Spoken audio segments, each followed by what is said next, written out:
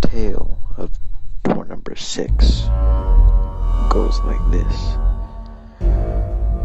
Let's go back to 2016. It was a nice spring morning in Villa Park, California, at a middle school in Villa Park, known as Cerro Villa Middle School. There was a classroom during third period, a science classroom, where a few adolescents sat and talked. Half the class was gone at an assembly, but the rest of the class that stayed behind were the misfits, the ones that didn't quite make the cut as people functioning in society. Those who ditched class were troublemakers, class clowns. They all stood in that class. In that class were two adolescents. Adolescent 1, Eddie, stood up and started dancing. Adolescent 2, aka Misha Keller, took out his mobile device, opened up a Snapchat application, and started to record Eddie without his permission. Adolescent 1, formerly known as Eddie, didn't like this very much. He smacked the phone out of Adolescent 2's hand, and it landed on the floor. He began to stomp on it.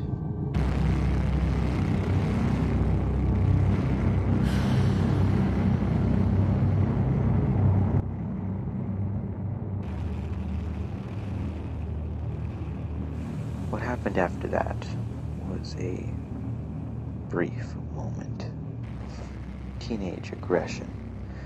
Adolescent 2 plunged after Adolescent 1, pushed him into the corner, put him in a chokehold, proceeded to choke him. Adolescent 1 was struggling. Through the struggles, he got in one shot to Adolescent 2's face, strike to the glasses, which cut Adolescent 2's face. The blood ran down his cheek as a student known as Joaquin Garcia held back Adolescent 2 as he was about to demolish Adolescent 1 as he stood alone in the corner. Adolescent 1 was proud of himself for getting this cheap shot in. In came the school authorities, guns out. They ordered the two adolescents onto the ground. Adolescent 1, guided by Joaquin,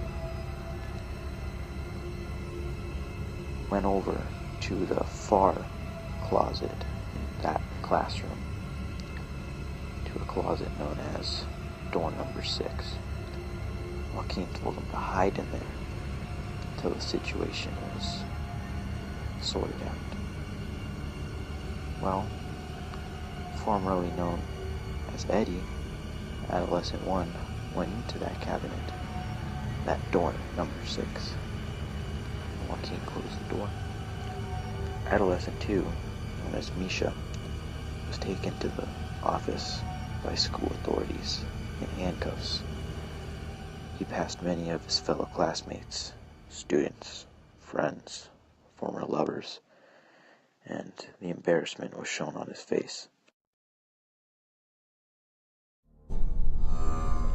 After long interrogation, the authorities questioned what happened to adolescent number 1.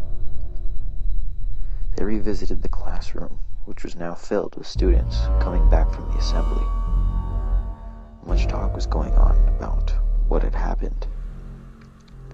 After interrogating 2/3 of the class, came to a popular athlete known as Joaquin Garcia. He played the hero role in this incident.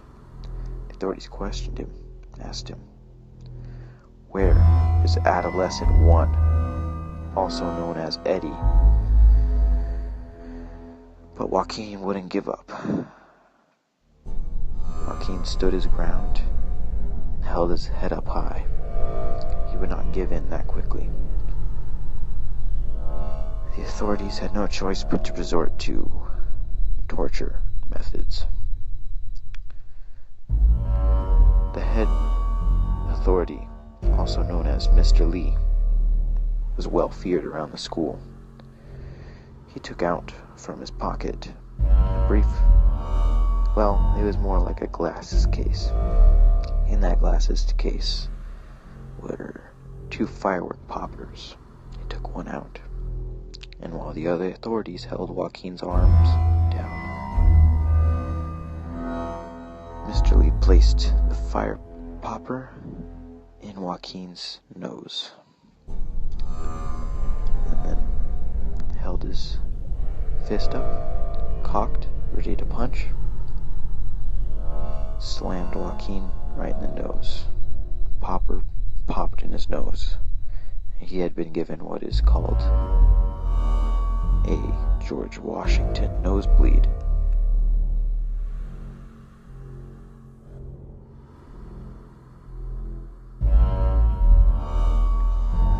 Joaquin had had enough. He gave away the location of adolescent number 1, formerly known as Eddie. He said, "Guys, he's in door number 6. The authorities took out their guns. They walked over to the other side of the classroom, guns out. As they approached, the lights began to flicker.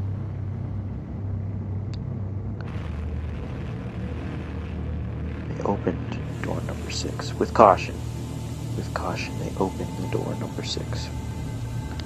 When they opened it, they discovered that adolescent number 1, formerly known as Eddie, was no longer in there.